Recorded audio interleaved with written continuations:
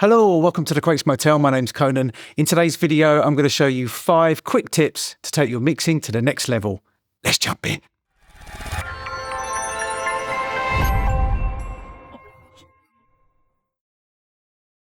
Okay, so I wrote something very quickly in the MPC this morning just for this video.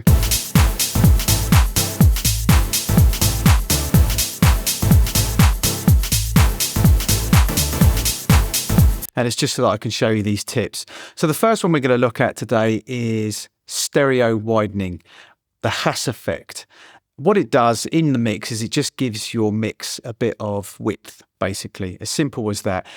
The way that I use it, but it can be used in multiple ways, is on drums to give a bit of width, maybe to some claps or to some hats, that kind of thing. What I'm going to do is I'm going to show you how to use it on a clap. It's very, very simple in the MPC. There's a plugin called Stereo Width. I've got it on the clap at pad level.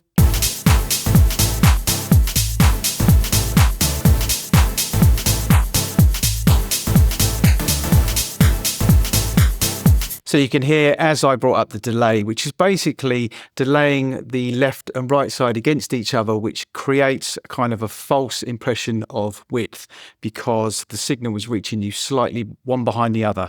In this case, 0.6 milliseconds. You don't want to go too far because it starts sounding a little bit weird, but it's basically the Hass effect in the MPC. Very, very simple.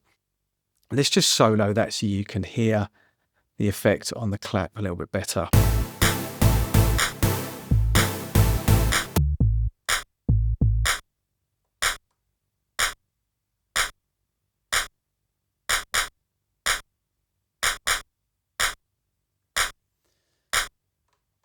So we'll take that back to 0.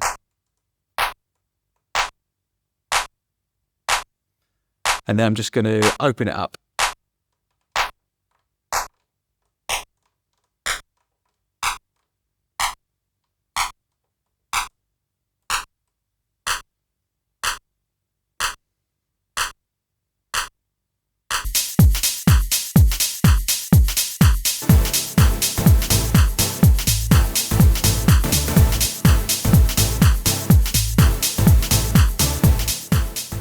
Okay, so the next one is using auto pan. Really, really simple, but what it does is it just gives your drums a little bit of movement. A lot of the times your drums sit nicely, especially in club music, right down the center, front and center, as I like to say. But sometimes it's nice to take some of the instruments, some of the drums or percussion, etc., in your beat and just add a little bit of movement to them. Auto pan is a really, really simple way to do that. What I've done is I've done it on the shaker.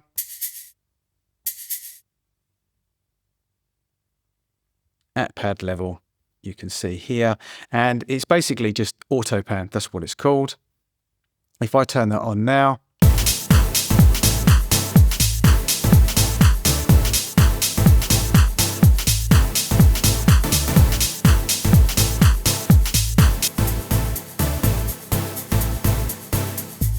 so you can hear now just the shakers are moving around in the mix a little bit. And it's not exactly how a shaker would be if you had 2 maracas, etc., and you had stereo mics, but it does sort of kind of give you a pseudo kind of movement as if it's live percussion. And it just adds a little bit of flavour and just adds just movement basically in the actual track. So it's a really simple trick that I use. I use it on shakers, congas, tambourines.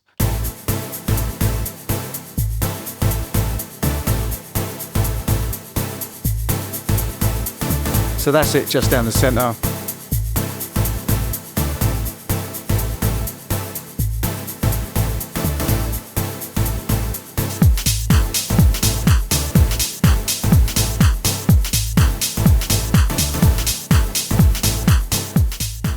So the next tip breaks the rules a little bit. We are always told that bass and the low end should be kept in mono. Keep it right down the center. And generally, that is a good idea. However, you can break the rules a little bit, and especially in club music, in commercial music, even in hip hop, sometimes it's good or nice to basically give the bass a little bit of width. So you've still got the main part of the bass right down the center. But remember that you have, if you've watched other videos by myself, on things like bass and stuff, you can create harmonics that will basically be in the upper regions of the frequency range. And what you can do is just give those a little bit of width. You can even give the absolute low end a bit of width as well. Now, the way that I do it, and this is a really, really old school technique, is I just give it a little bit of stereo chorus. So it just kind of makes everything blossom. It makes the low end blossom out a little bit. It's really, really effective in house music. So what I've done here with the bass is as simple as I've sent a little bit of bass to return number 4, which I've got set up, which has got, if I just go to the effects there, stereo chorus set up. You can see here, just a basic stereo chorus. Make sure it's 100% mixed because it's a send effect rather than an insert effect. So what I'm going to do here is basically I'm just going to start sending a little bit of a signal from the bass to send number 4, and you're just going to hear the bass open up a little bit.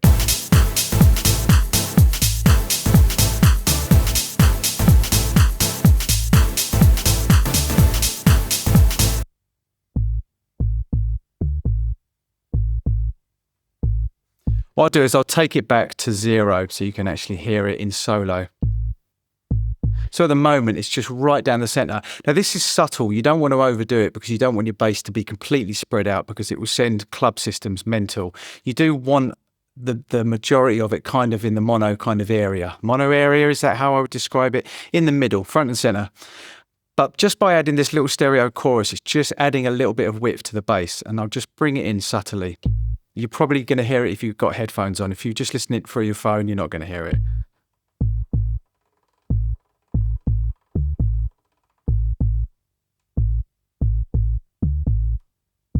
So there's where you'll really, really notice it. So I've taken it to the point where you can notice it, and then I would probably take it back in the mix a little bit. It also gives the bass a little bit of movement and a bit of life, because at the moment it's just a sine wave from bassline.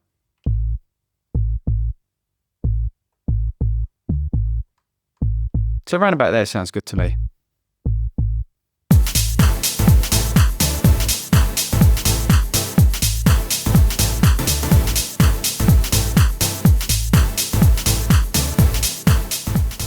Okay, so the next tip is layering your kicks.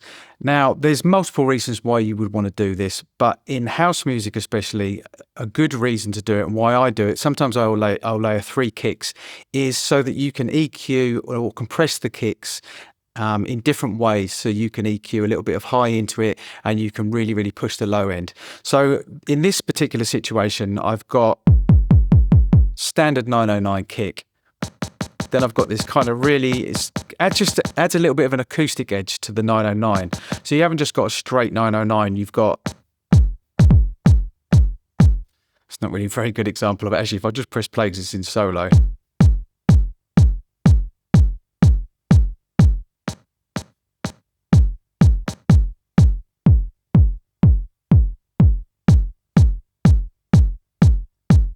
And the advantage of that is that for this one, for instance, I can just get rid of all of the low end on it, EQ like the kind of clicky part of the kick. I can also compress that or shape it in any way that I want, maybe add some transients to it, just to add a little bit more of attack to the actual transient rather.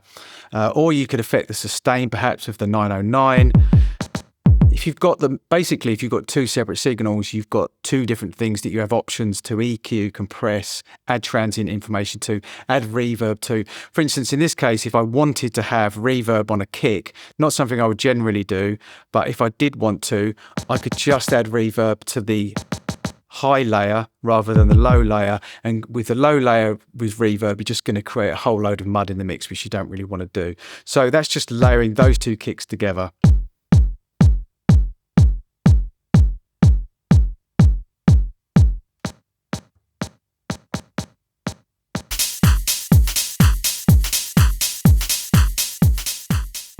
Tip number 5 is using transient plugins to adjust the attack or the sustain of a drum sound.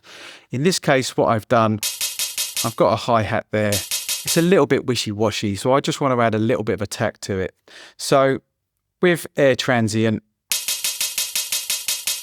I can just add a little bit of attack. That's with, that's without. So you can hear kind of without, it's kind of got a rounded beginning, but just by adding a bit of transient, attack plus 39, you can see there, so there is actually quite a lot. I'm getting the hi-hat to rather go shh, shh, it's going t, t.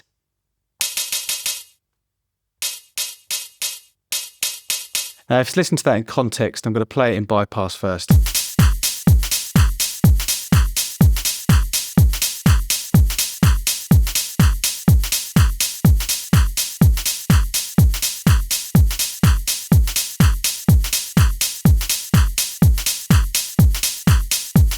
Now, a little bonus tip here is, and this is something that I have done quite a few times, especially with tracks that have verse chorus, is you can have the air transient perhaps turned off completely, so the hi-hat is like that during a verse, and then automate it so it comes on during a chorus, so it gives it a little bit more bite and a little bit more attack. Or you can do that at various parts. You can do that in build-ups in a track, but just automating transients, it's something that I don't see people do very often, but it can be really, really effective. You can even automate it gradually. If you were to automate this and just gradually bring the attack in.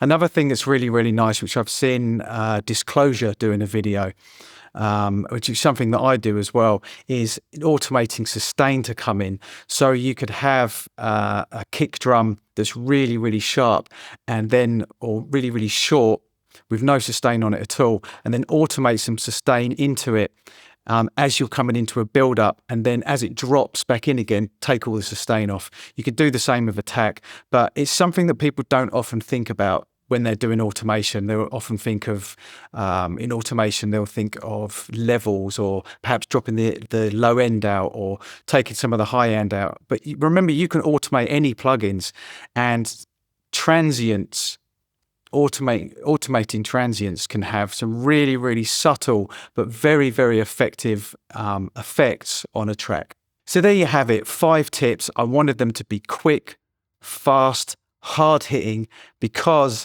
quite often people say, Conan, you do ramble on. Or this was another one that I saw the other day, for F's sake, just get to the point.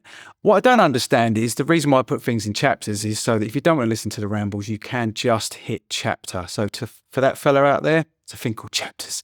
Just jump to the right chapter. This is Conan. This is the Crates Motel. Till next time.